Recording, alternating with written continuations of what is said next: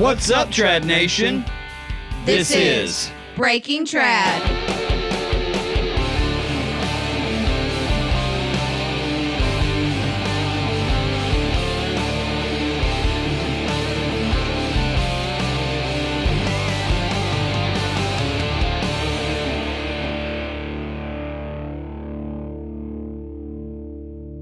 Welcome back to another episode of Breaking Trad. See, I didn't do it this time. No, you That's right. That's right. You were good. I'm proud of you. Well, thank you very much. Everybody good tonight, right? Yeah. It's not been a terribly long week. Nope. And I'm Matt. No, it's going my way. Oh, quick. yeah. Hey, welcome back to another episode of Breaking Trad. I'm Alan. I'm Matt. I'm Amanda. And I'm Brittany. I got distracted. Matt said I shake or I go into convulsions or something every time I do introduction. I was trying to avoid that and ended up And you messed forgetting it the all whole thing. You guys, we're still excited about the podcast. Everybody's still, Mm-hmm. yeah. All right. I'm excited about our guests, all of For our sure. guests, Mm-hmm. but this one in particular. Listen to this. So, 11-time IBO World Champ, 3-time IBO Grand Slam, 5-time IBO Triple Crown, 2nd and 3rd in the Lancaster Classic, gold medal team member in World Archery, has a bronze medal in 3D World Championship, and the co-owner of CD Archery. Ladies and gentlemen, please welcome Dwayne Martin. Dwayne, how are you doing, man? I'm good. Thanks for having me. Well, we're glad to have you on. Yeah, thanks for taking the Absolutely. time. Yeah, thank you. That's a pretty significant resume you have there. Yeah, it's been a long time coming. I've definitely earned all of it. It's a lot of blood, sweat, tears, and money to get to those shoots in different places. But yeah, it's been a good career. Yeah. Yeah, I would For say. I mean, it's pretty impressive. I'm impressed. I know that for sure. Mm-hmm. Yep. Well, I think Amanda's going to kick us off. All right, Dwayne. So, like we said, we know that you're co-owner of CD Archery, and we were wondering if you could tell us a little bit about the story behind CD, how it came to be, and what was your intentions behind starting your own bow company? We truly, me and Calvin, Calvin's the C, I'm the D. Yes. But me and Calvin really never had, any interest in becoming business partners or starting our own company. But, back then I was shooting some Hoyt stuff that I wasn't happy with, trying to turn it into a bare bow. It was Olympic risers. I was just having to weight up. And then I started shooting Sky risers. I was having to weight up a lot. They, add weight to get them to shoot decent. Then I started talking to Bob Morrison with Morrison Archery. And I almost had him convinced to build me a riser based on the Spigarelli Club 650. And right at the last minute, he kind of crawfished on me a little bit. Didn't want to spend the money, and I didn't have the money to spend, to start a riser, just a one-off kind of riser, which was about $3,000 back then. Mm-hmm. And then I got to talking to Calvin. Me and Calvin's been friends forever. Mm-hmm. And I was telling him the aggravation I was having, shooting Olympic risers and just having to add a bunch of weight to them. And we got to talking, and he said, well, my son used to work for Matthews in the design department. Okay. I said, really? And, Don't say. I was like, no kidding. So we started talking to Kevin, and Kevin worked for Matthews for a little while, worked for Sky Archery, Jim Belcher, Mm-hmm. Mm-hmm. designed a couple risers for Jim, some of the original stuff. And we got to talking to him, and we bought a computer, bought the program that Kevin was used to doing the design work on. And then I sent him 3 risers that I had, and I sent him the stabilizer and the weight that you could use back then in IBO. You could use up to a 12-inch stabilizer in IBO, the RU class. Mhm. Yeah. So I told him, I said, if you can mimic this, if you can mimic, and he put the bow and he measured everything, and he measured how the bow handled with that weight on it. And of course, that weight was 12 inches away from it, Mm-hmm. which is really hard to try to mimic when you just within the design of a bow. Okay. And that went on for about 3 months. And then he spit out a couple images, and it was the original WF. Oh, And wow. I looked at that thing, and I'm like, ugh. I'm just like, no thanks. Right. Because it just, it was just so different from everything else that was on the market. Yeah. And, we kind of started from there with the original 19 Mm-hmm. and the 25. Well, how many prototypes did you have to go through before you got to what you were actually looking for? Really, the 25 original, we call the WF 25. Mm-hmm. We only made about 150 of those. Okay. And then we changed it to accept the weight kit in the bottom, Mm-hmm. the slidable weight kit, the adjustable weight kit that slid left or right. Okay. And then we took some weight off the top of the original and added it to the bottom of the new, what we call the WF X Mm-hmm. 25.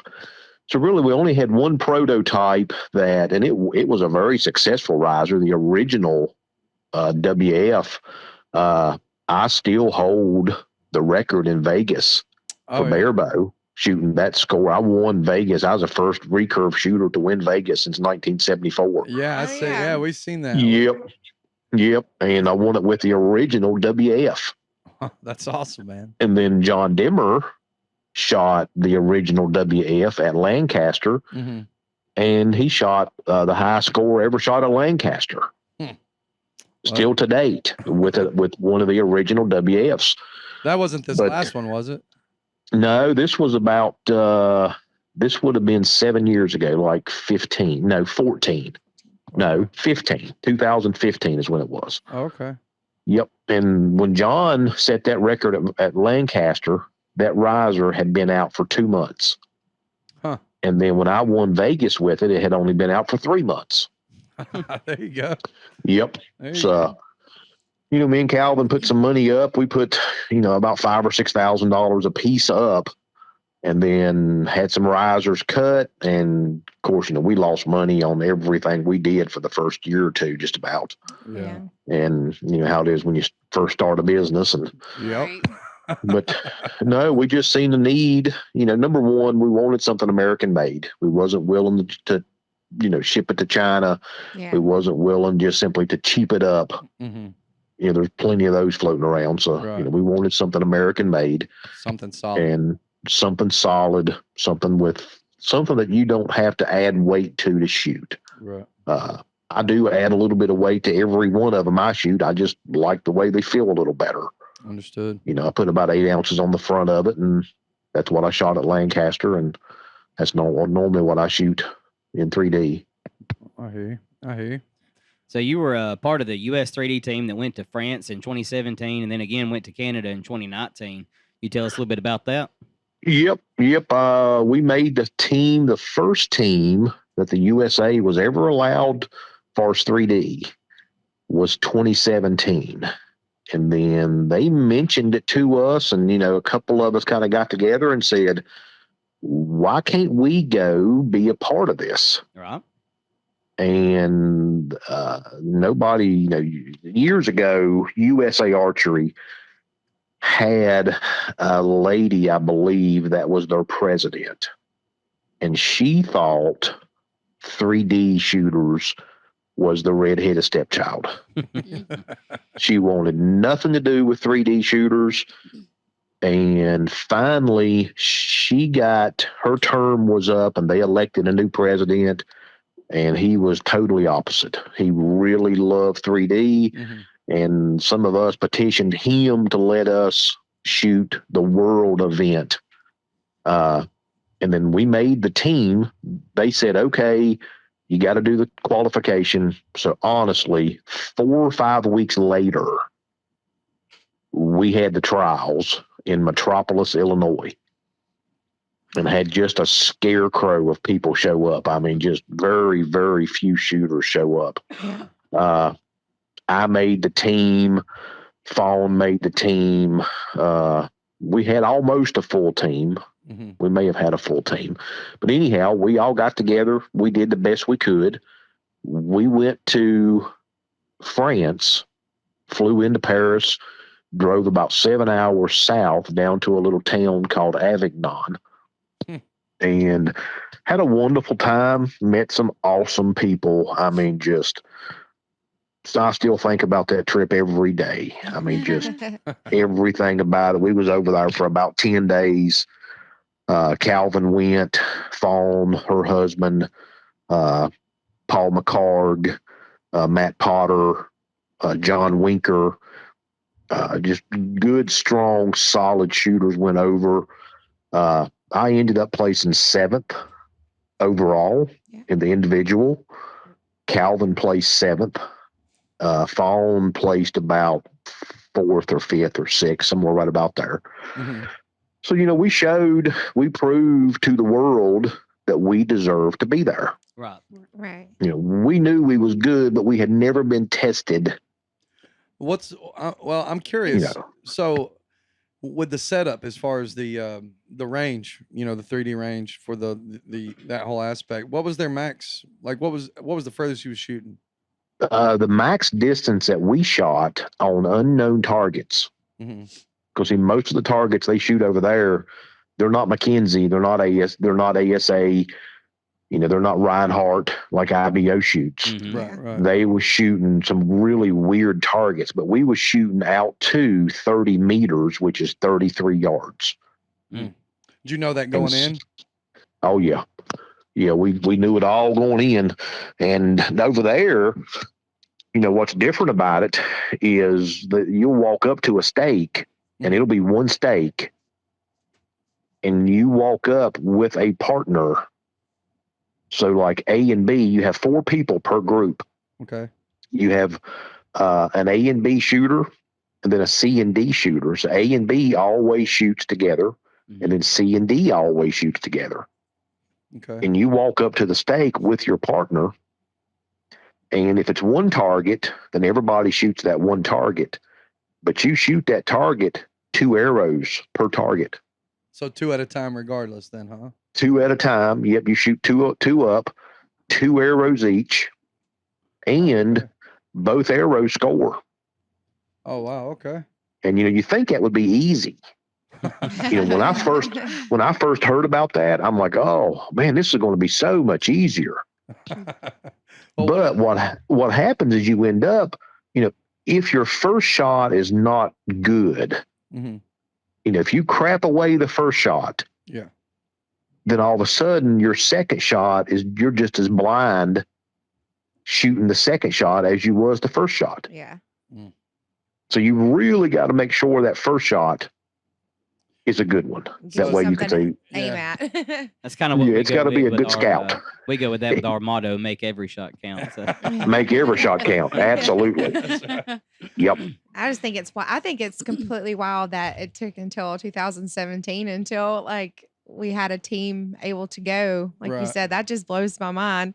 Oh, I know. That's crazy. Yep. And then, we ended up on the 2017, the top 8 countries, and it was 46 countries represented in France. Wow. We had the high score on numbers. We was number 7, and the top 8 got to shoot off in a team event. Oh yeah. So what was that like? So it was awesome. I mean, honestly, we've never done that before.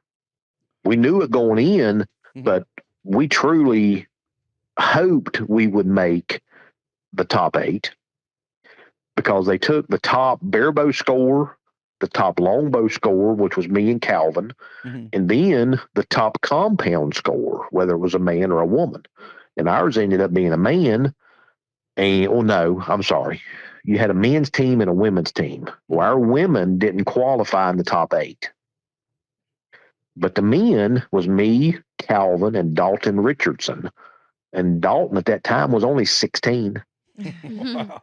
So, I mean, he was a kid. We had a 70-year-old, a 16-year-old, and a 48-year-old. I mean, we had a mixed bag. Well, we were But- representing USA. That's what we were doing. We was representing USA. That's right. And you know how that went was team number 1, the high score, which I think was France. They had to shoot off against team number 8, and then number 2 went against number 7, Yeah. and then 3 and 6 and 4 and 5. Yeah. How our son their baseball tournaments would go. You know? Oh yeah, yep. And you know nobody gave us a chance of making it past team number 2. Yeah. Well, we beat team number 2. Then we had to end up going against team number, I think it was 3 or 4 or something. Well, we got all the way down, and we was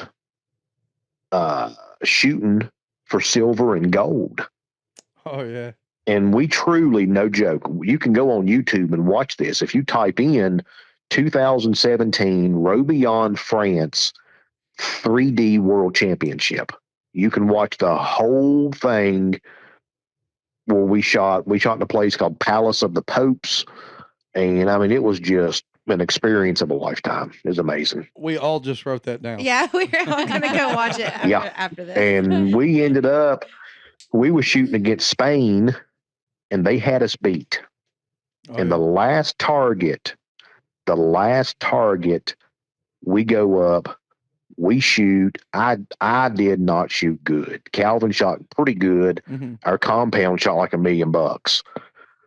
But the Spaniard, he came up, the barebow guy shot good, the compound guy shot good, Mhm. and they had us down by about 6 points.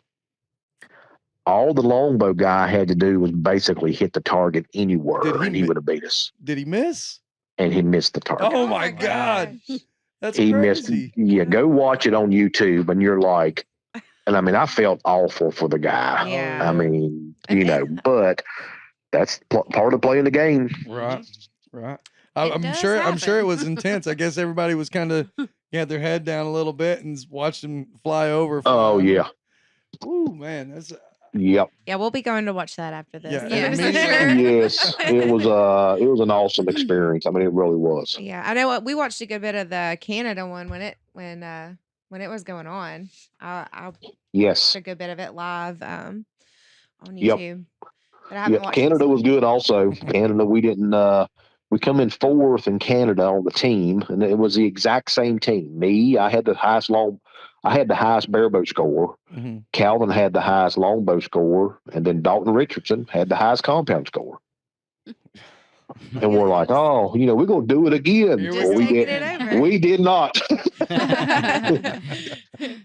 but we finished. The people that won 3rd eliminated us for 3rd and 4th. So, Yeah. but we was okay. We shot good. Well, I mean, I think it's about the experience too. I mean, of course, you're out there to take it all, but you can't beat it. You know what I mean? I'm just saying the experience overall. Oh yeah, yeah. Just the whole experience is just. I mean, those 2 trips, Canada, France. You know, France was just absolutely amazing. I've never been on an international I've never went overseas to shoot anything, Mhm. and you know, to go to France and then go to Canada, and hopefully I can make the team coming up to Italy. So Oh, that'll be it should be amazing. just phenomenal. Oh, Yeah. yeah, Yeah. for sure. Well, How big is your luggage? Because I'm pretty small. You know, you have to be, you got to pretty much cram it all into the problem with carrying a lot of luggage, because, you know, you always got your bow. uh-huh. Yeah. Right. You got a bow case, riser, limbs, arrows. You know, you've just got all kinds of stuff as a bow case. I think Brittany was saying, do you have any room for her Yeah. in your luggage? Oh, in the luggage.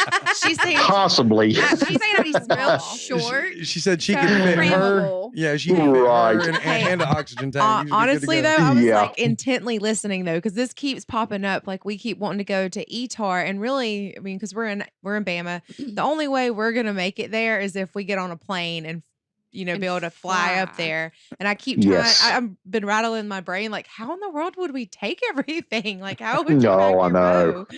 Yeah. What do You know, do? and you know, the best way to pack a bow, John Dimmer taught me this: buy the biggest bow case you can find, Mhm. pack your bow and all your clothes in that case.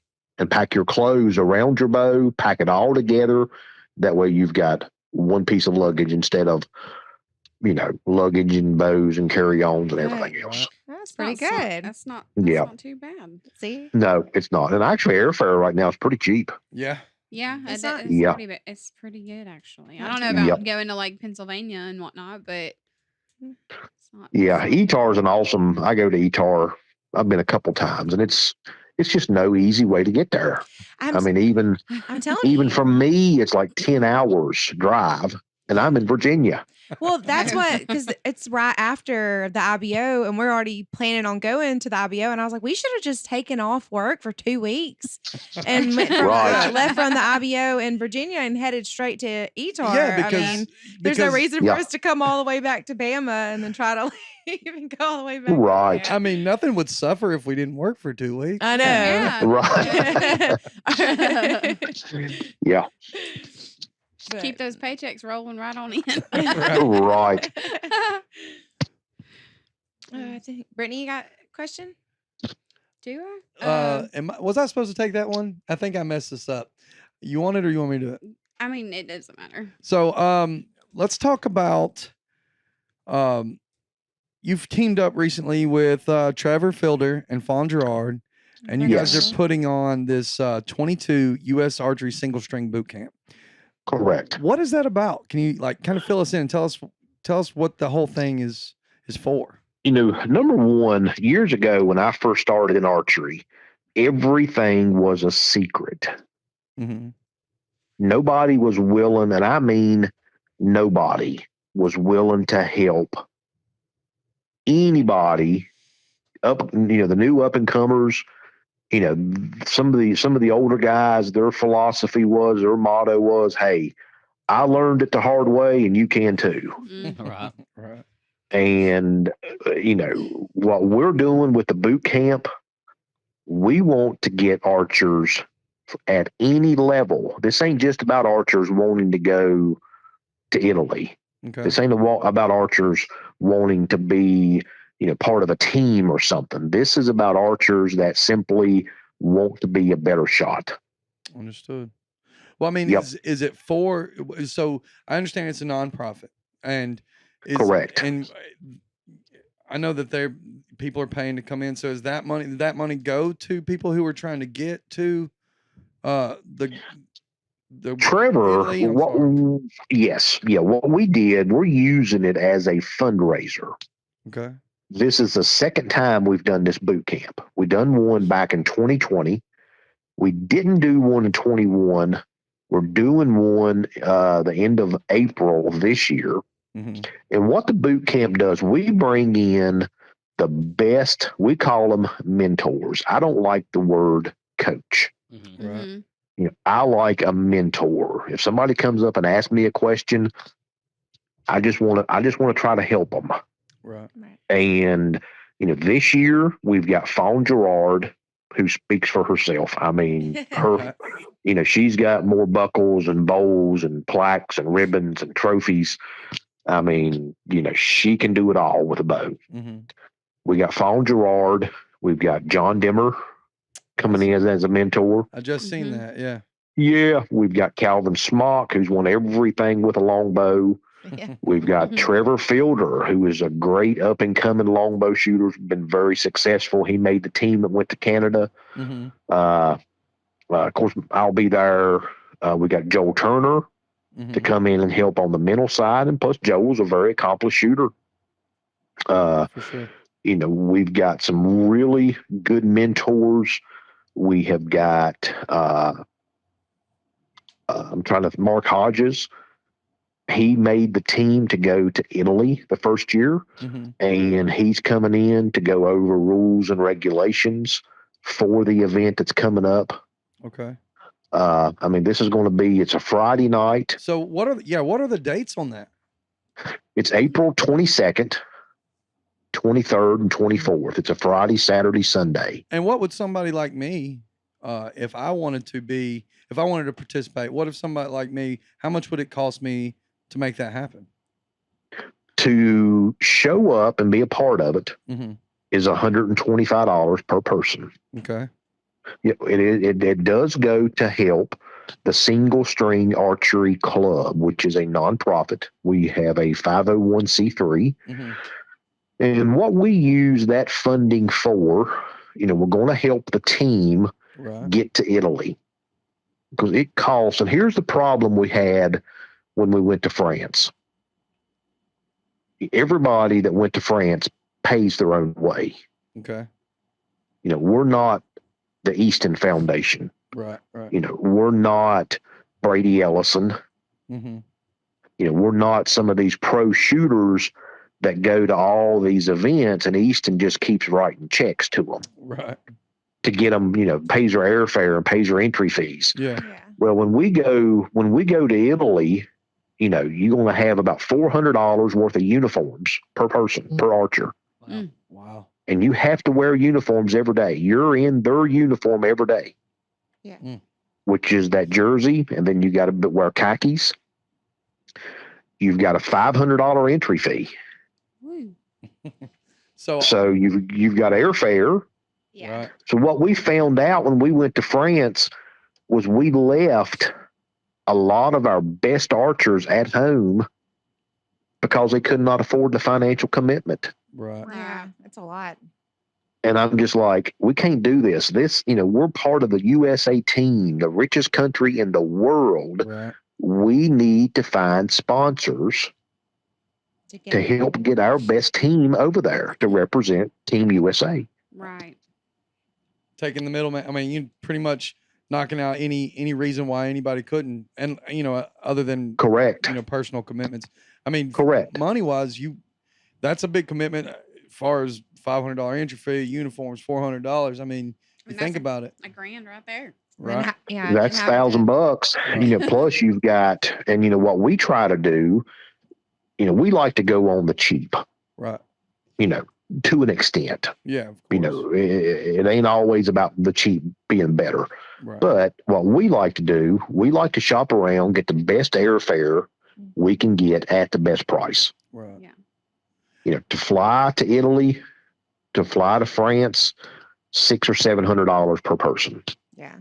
And see, again, this is the second or third episode in a row where every time we turn around, it's a full on, like, it just shows the archery community as far as Correct.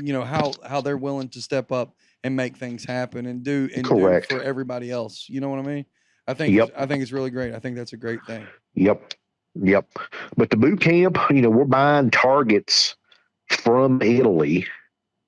Oh wow. SRT targets. We're buying a full range of targets. It's about $6,000 we've raised to buy these targets that hopefully will be at the boot camp. That way the archers that show up can see the targets, the ones that want to, can take pictures. We can measure them. We can judge distance on them. Right. And, everybody can be a part of the team, whether you make the team or not. Right. Everybody can be a part. Everybody can give a small donation. We can help out. Even if I don't make the team, I still want to be part of the team. Yeah, Right. of course. Helping people. If I got something somebody needs to take as a spare, like a riser or a set of limbs or whatever, I'm willing to help in any way I possibly can. Yeah. Well, that's awesome, man. Well, while we're still talking about that, I'll go ahead and drop where everybody can go to find that information for the boot camp.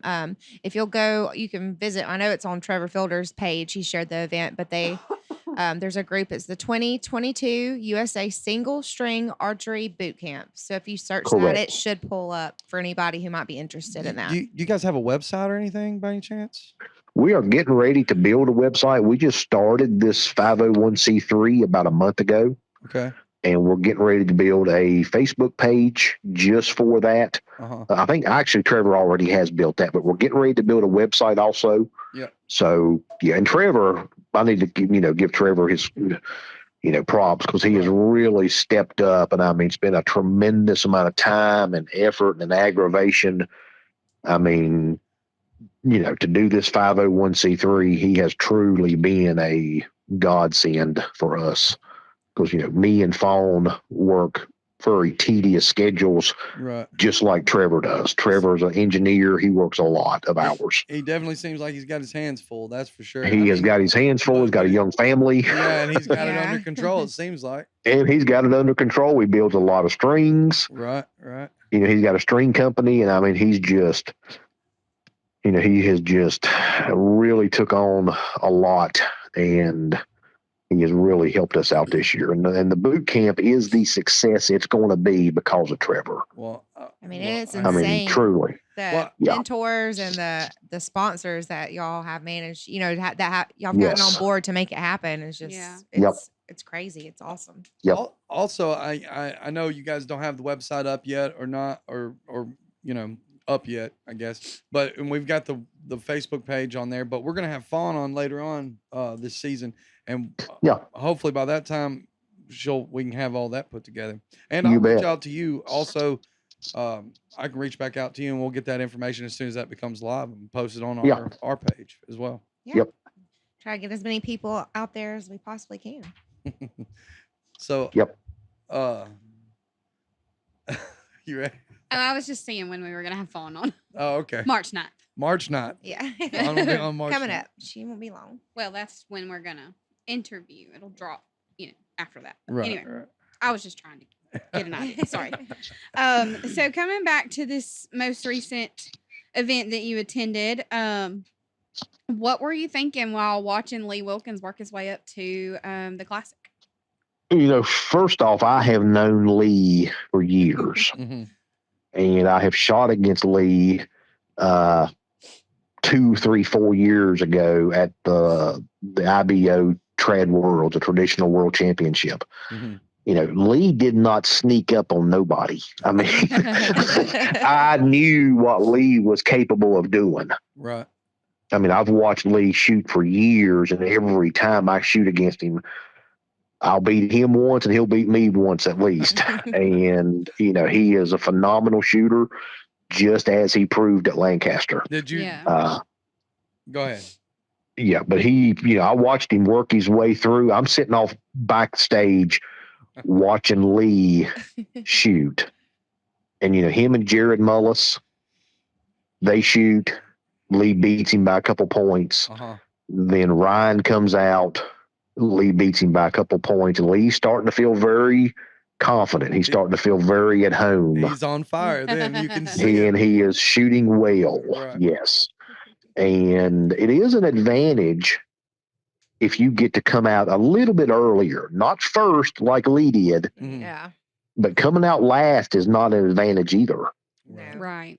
Because, everything's a cold shot when you got to come out last. Right. But Well, I'm sitting there watching Lee, he beat Jared, he beat Ryan, he beat Leo from Sweden. Uh-huh. And, Leo, he came over here to win it, and he was very capable of winning it. When Lee beat him, I'm like, oh, because Leo was hammering, and Lee edged him out, and then he ended up beating Ed. I'm trying to say Christopherson, but that's not right. Christovsky, I think's his name. But he beat Ed, and then he ended up beating Paul Donahue at 80 years old. And, Paul shot good. Yeah. Yeah. Mhm. And when I'm sitting there watching Lee, I told Fawn's husband, Ken, I told him, I said, he is going to beat me to death. Because, I mean, he was just, he was on fire. Yeah. I mean, And, yeah. I was just like, I'm thinking, I'm wondering if it's getting in his head, if it's starting to rattle nerves a little bit, because I don't know what he's thinking every time he drops one, and then he knows he's got to come up against you guys. Like he would have to get through you. He's going to have to get through Denver to win it. You know what I mean? So Yeah. I'm just curious. I wanted to know, I wanted to be like a fly on the wall, or I wanted to be there in his head, just trying to hear what he's thinking, the whole time. It's a lot of head games. Oh yeah. It's a lot of head games, because what I did, I walked up to Lee. When I walked out on the podium, I walked up to Lee, and this was my intention. I said, I was in the back practicing, and I was shooting better on the left-hand target. And when I walked out, Lee was on the right-hand target. Oh, yeah. And I'm like, I don't want to put him on the left-hand target, but I wanted to get in his head a little bit. Yeah. I asked him, I said, which side do you want to shoot? And he had been shooting really good on both sides. Yeah. If he would have said left, I would have said, no, I'm shooting left, because it was my choice. Right. And I was going to do that just as a head, just kind of a little bit, just a head game. Right. He said, I'll stay right here. He said, I'm fine right here. I was like, perfect, because I wanted to be on the left anyhow.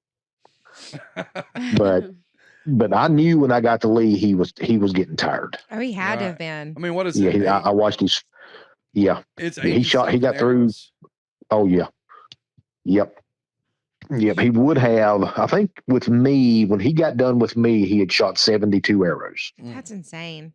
Oh yeah. My arm, I would have been shaking so bad. Under a ton of pressure. Mm-hmm. Right. Yeah. Everybody watch. Why didn't you guys hit that button?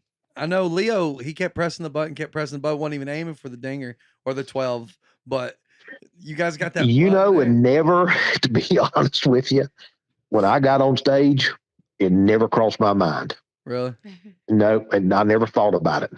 I think it was Matt.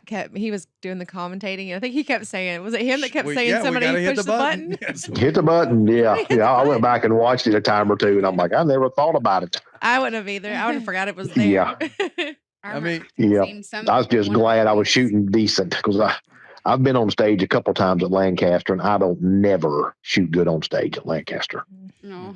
I mean, it's just a race to the bottom, and I'm just glad to get off stage. Yeah, right. Right.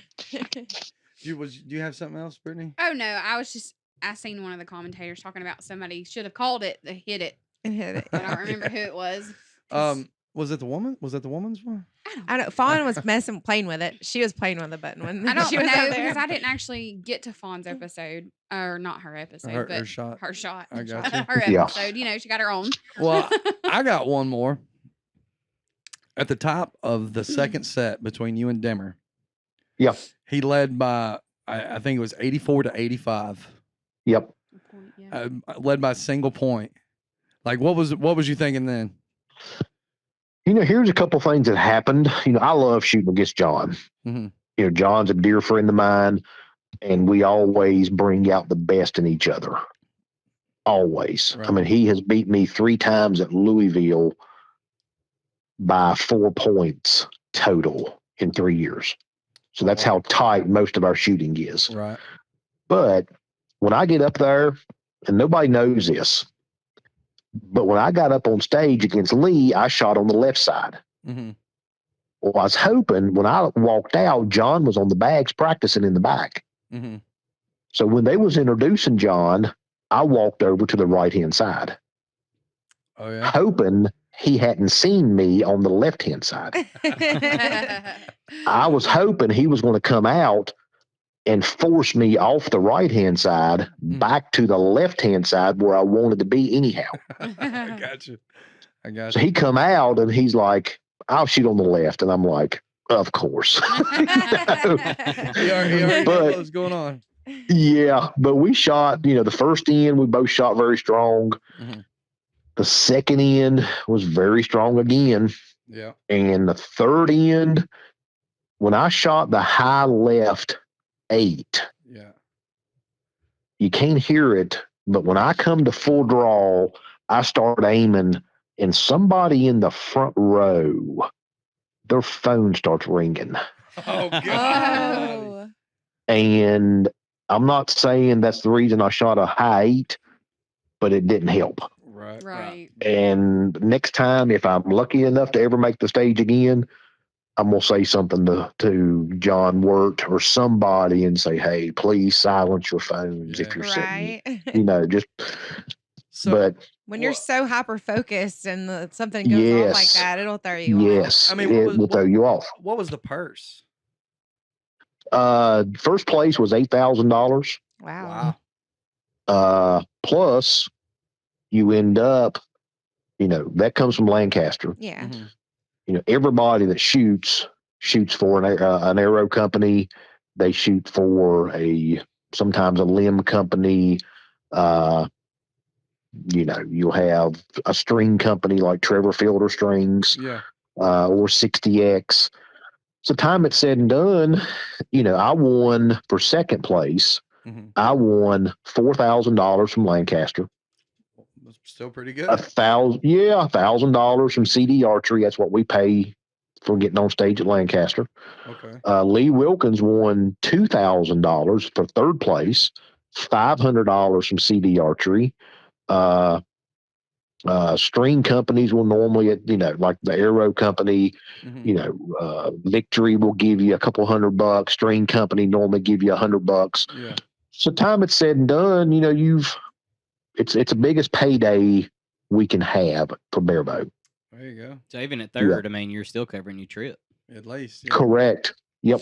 That's awesome. Yep. Well, one and two, I bet you were talking about the phone ringing.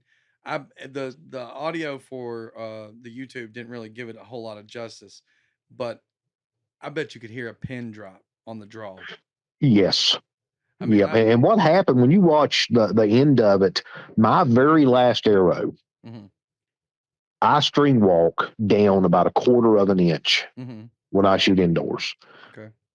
And I don't know, my mind was racing. I was thinking about stuff I shouldn't have been thinking about. And I crawled down to my third stitch in my Yoast tab. And I don't know, my mind is kind of hazed over, fogged over. I come to full draw and I'm second guessing that I made the wrong crawl. Oh yeah. And I come and I'm like, I didn't crawl to third. I crawled to 4 or maybe 2, whatever it was. I'm like, I'm going to have to hold high because I'm going to shoot low. And finally, I just let it back up, and I was like, I can't do that. I got to recrawl. So I crawled back to where I needed to be. I think you and about run out of time. 1 second, yeah. I had 1 second left. And when I glanced over at the clock and I grabbed my crawl, I drew it back and I glanced at the clock and I raised the bow up, and it was at 8 seconds. And I start aiming, and I get to aiming, and everything's feeling good, and I'm aiming some more. And about that time, I hear somebody in the audience go 3, 2, 1, and the bow went off. And it was rushed a little bit, and I shot a little bit low. Still made a decent shot, but that's my story. It was pretty intense. It wasn't it just like 2 points? I think it was 2 points. He got you with 2. He beat me by 2 points. Yep, and almost like you should have hit the button. I should have hit the button. Yeah. I'll tell you what, watching your face when you were shooting, I wouldn't want to play poker against you because it's we've been in that scenario several times. Me and Dimmer, of all the shooters that showed up in Canada on the 3D team, of all the shooters, it was 44 countries represented in Canada. In barebow, it was 3 men. So 44 times 3, that's probably 135, 140 shooters. When it come down shooting for the bronze medal, it was me against John Dimmer. Oh, really? Oh, wow. So you guys been there before? We have been there before. And I ended up beating him on that day for the bronze medal. I beat him by a couple points. But, when, I tell people all the time, USA deserves to be at the World Games. Oh, definitely. I mean, we deserve to be there. We are good, solid shooters. We practice hard. Right. And, we need to be there. Absolutely. I agree. Matt, what time you got there? We are at time, but we have one more question we do want to ask. Okay. Yep.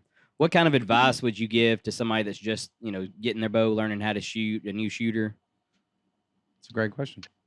Best advice I could ever give a new person starting out is find someone that's been shooting the bow for a while and let them help you get started on the right path. Are you volunteering? Absolutely. You betcha. Well, I'm Because free this honestly, weekend. Yeah. yeah, Hey, Get I may be directions. tied up this weekend. hey, a good place for them to start is going to be that boot camp. They'll be able to get it. Hey, You and everybody. Come to else. boot Yeah. camp. That's a Exactly. great place to Anybody get that it. can. And honestly, we tell people if you just buy a bow 30 minutes before you get to boot camp, that's okay. Yeah. We'll help you set it up. We'll get you started. And I guarantee you'll learn more in boot camp than you would the first 3 years all by yourself. Right. And we'll get you started on the right way. That's Right. right. I think we're hoping to attend the boot camp. Actually. Oh, We're gonna awesome. try to. We're gonna try our best. Fingers to get crossed. Up there. We're What's- gonna try. When's the last official day we can sign up? Uh, Yeah. Probably 4 or 5 days before boot camp because we gotta Okay. bring food in and different things. But yeah, you got plenty of time. Okay. Good Terrific. deal. Terrific. Yep. Well, Dwayne, I really appreciate you coming Yeah. on. It's really awesome. Hey, no problem. Thanks for asking. And like we all enjoyed it. I know I enjoyed it. No, Everybody. it was a really Definitely. good, great interview. Yeah. I've Yep. had a good time. Well, listen. Yep. So I guess again we're out of time as far as the guest segment goes. So we'll I guess we'll cut it loose, and I appreciate it, man. Yep. Thank y'all much. Have a good All night. right. Yes, Thanks, sir. Wayne, Bye-bye. too. All right, so now we're to the part of the show where we're going to talk about some upcoming shoots for this month. We're going to start with this weekend, and it's March 4th through 6th. There will be the Reinhardt 100 at Cinnamon Creek Ranch. It is located in Roanoke, Texas. It'll be a Friday, Saturday, and Sunday event. They will also have door prizes in multiple ranges. You can visit their website, the Reinhardt 100, to get all the details on that one. And then we're going to have on this same weekend, for those of you in or around Florida, we've got the Traditional Bowhunters of Florida State Championship. It's located in Silver Springs at the Ocala Conservation Center. There's going to be 40 targets, 2 rounds of 20, qualifier by Saturday evening, 20 target championship round on Sunday. Competition round is $30.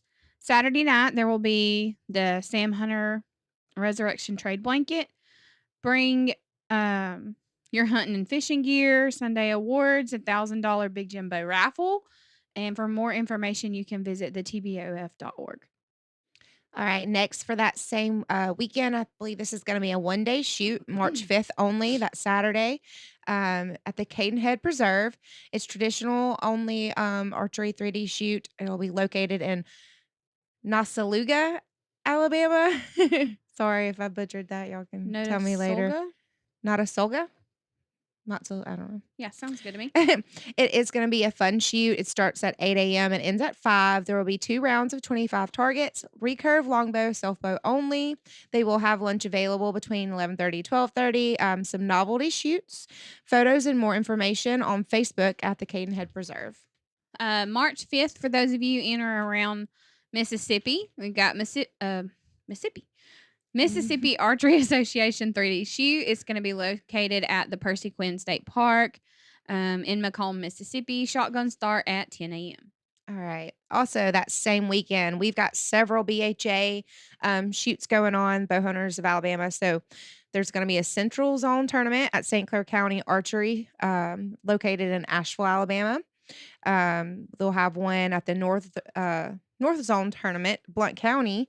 That's going to be in Springville. Is that right? That one's in Springville. Mm-hmm. I think it's going to be at a different location this time. I think it was in Remlat last time, so Yeah, I'm gonna have to oh, double yeah. check that. But it's looks like they're also gonna have a Southern Zone tournament in Crenshaw County. That one's located in Highland Home, Alabama, and you can visit the BHA Facebook page and website to find the addresses and information, or who you need to contact to get that information as well.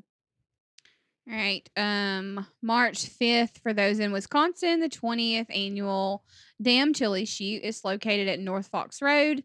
8 a.m. to 3 p.m., 29 3D target shoot, unlimited plus and minus scoring, traditional equipment and field points only. Cost is a generous donation. All money donated to the youth archery program. All right. And let's see. This one's going to be coming up the following weekend. So next weekend is the ASTB State Championship Shoot located at Briarfield. I get tongue tied. Okay. Let me just start that over. All right. This is the ASTB State Championship. It is going to be located at Briarfield Ironworks State Park. It's 11th, 12th, and 13th. They will also have a work party on Thursday, March 10th, for those who are able to come out and help make sure everything's set up. I'm sure they would greatly appreciate that. These local clubs need all the help they can get. So I'll just keep that in mind. But it's going to be for longbow, recurve, primitive, men, women, and senior. They'll have junior, youth, and Cubs classes. It's going to be, let's see, $30 for the qualifier and the competition. It's 40 3D targets. You'll have 2 rounds of 20. You must shoot all of those qualifiers by Saturday evening, and then championship round of 20 targets on Sunday. Let's see. No binoculars, no rangefinders, so it's completely unknown. You can also just go to shoot a non-competitive weekend. Single shooter rate 30, family rate of 50. They do have a practice range open daily. They'll have an Ironman course. Top 10 shootout on Saturday at 2 p.m. Team shoot Saturday at 3 p.m. I'm telling y'all don't want to miss this. It's like one of the fun, it's the best. Lots going on. They're also going to have the dot shoot qualify Friday and Saturday, and they will shoot out for that dot shoot after the team shoot. But you can find campsites available. There are also a lot of hotels local nearby, so tons of places to stay if you want to drive in. All right, that's going to bring us to the same weekend. March 11th through the 13th is the Reinhardt 100 located at Banks County Archery Team. That is in Homer, Georgia. Sorry. Friday registration opens at noon, closes at 7. All ranges close at dusk. Saturday registration opens at 7 a.m., closes at 5. Sunday registration at 7 a.m., and awards will be at 3. They are going to have prizes or door prizes in multiple ranges. All right. Also, that same weekend, they're going to have a one-day Saturday fun shoot located at Buck Hollow Bowhunters in Dixon, Tennessee, for anybody who wants to go out and just do a little day shoot there.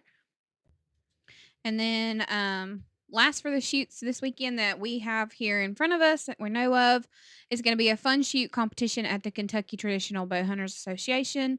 It's located at 250 Whites Lane in Mercer County Fish and Game Farm. It's 5 miles west of Harrisburg, Kentucky on Highway 68.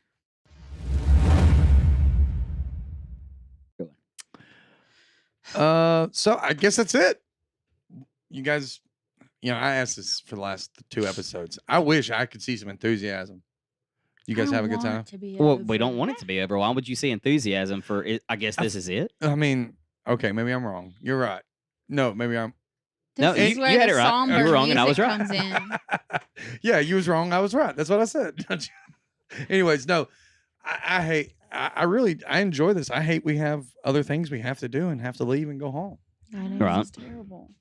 So if anybody wants to donate and just pay a salary, we'll take a salary. Mm-hmm. Yeah. And that is salary, not celery. Right.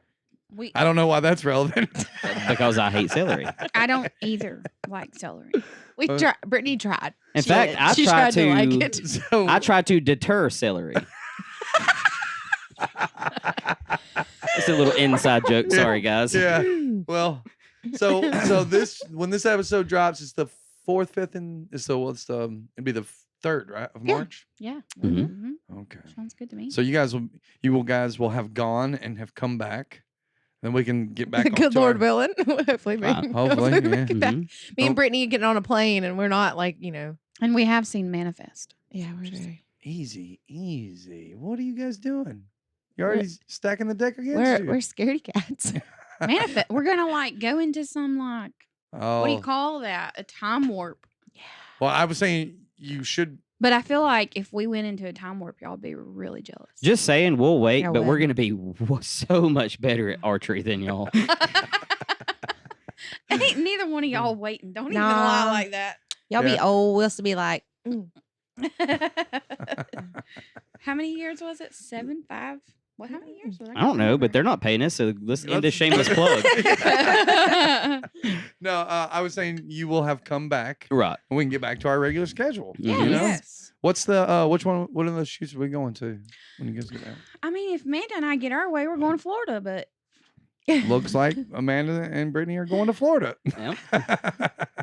but if I had to guess, what's really going to happen is we're going to wind up in Blount County and Springville, Alabama at the BHA North Zones. And you're saying that like it's a bad thing, but it's not at all. We do not want to deter anybody from I going don't want to to any of deter those anyone, shoots because they're awesome shoots. but They I are do awesome want shoots. to encourage. There we go. Congratulations. Thank you. I'm so glad that my dictionary has returned. So this weekend we will be either in Ocala, Florida, or Springville. Springville. Mhm. Or Or- or- Caden Head. Oh, Yeah, or okay. Cadenhead at Notasulga, maybe. Yeah. Okay. Well, Or maybe at multiple places. maybe you never know. How about Right. that? We're not going to tell you where we're going. We don't want to like cause any. I don't Strife. know where I was going with that. I don't know either. I don't was know. like, We don't want to cause any bad blood. We're just But- We didn't trying want to deter nobody. We're keeping the suspense alive because you're not sure where we're going to Right. we didn't want But all what our if- fans like paparazzi on us. So you'll never Yes, yes. But if you want to come and run our GoPros for us, we might let you hang out with us. We won't Yeah, pay you. we- We're we- not going to pay you. We No. need a camera crew. We will pay for you to. We'll take camera crews or camera crews. Matt, you're saving that, right? We're Yes. gonna okay. Yes. And we'll pay for you to shoot that weekend. All our children keep belling on us. We have nobody to hold the camera for us. All right, everybody, hold on. Let me set up the tripod. So we're just letting the girls run the outro. Who had it last weekend? No, it was me. No. No, it was Aw, not. You man. pointed specifically at Amanda. You pointed at Amanda. Was like, oop. No, it was me, so I don't have to do it. You mean I did this? Nope, you did this. But this means no. Except for she was thanks. right here, so she went. Yep. All right, Brittany. Roll that outro. Guys, we're glad you could join us for this week's episode of Breaking Trad. We hope you had as much fun as we did. You can catch the show on Apple Podcasts, Google Podcasts, iHeartRadio, TuneIn, Spotify, and wherever you get your podcasts. You can contact us at breakingtradpodcast@gmail.com or on Facebook at breakingtradal and on Instagram at breaking_trad. And don't forget to check out our YouTube channel. Remember to subscribe and follow us. That way you'll get notifications every time we drop a new episode. Join us next week, and remember, Make every shot count.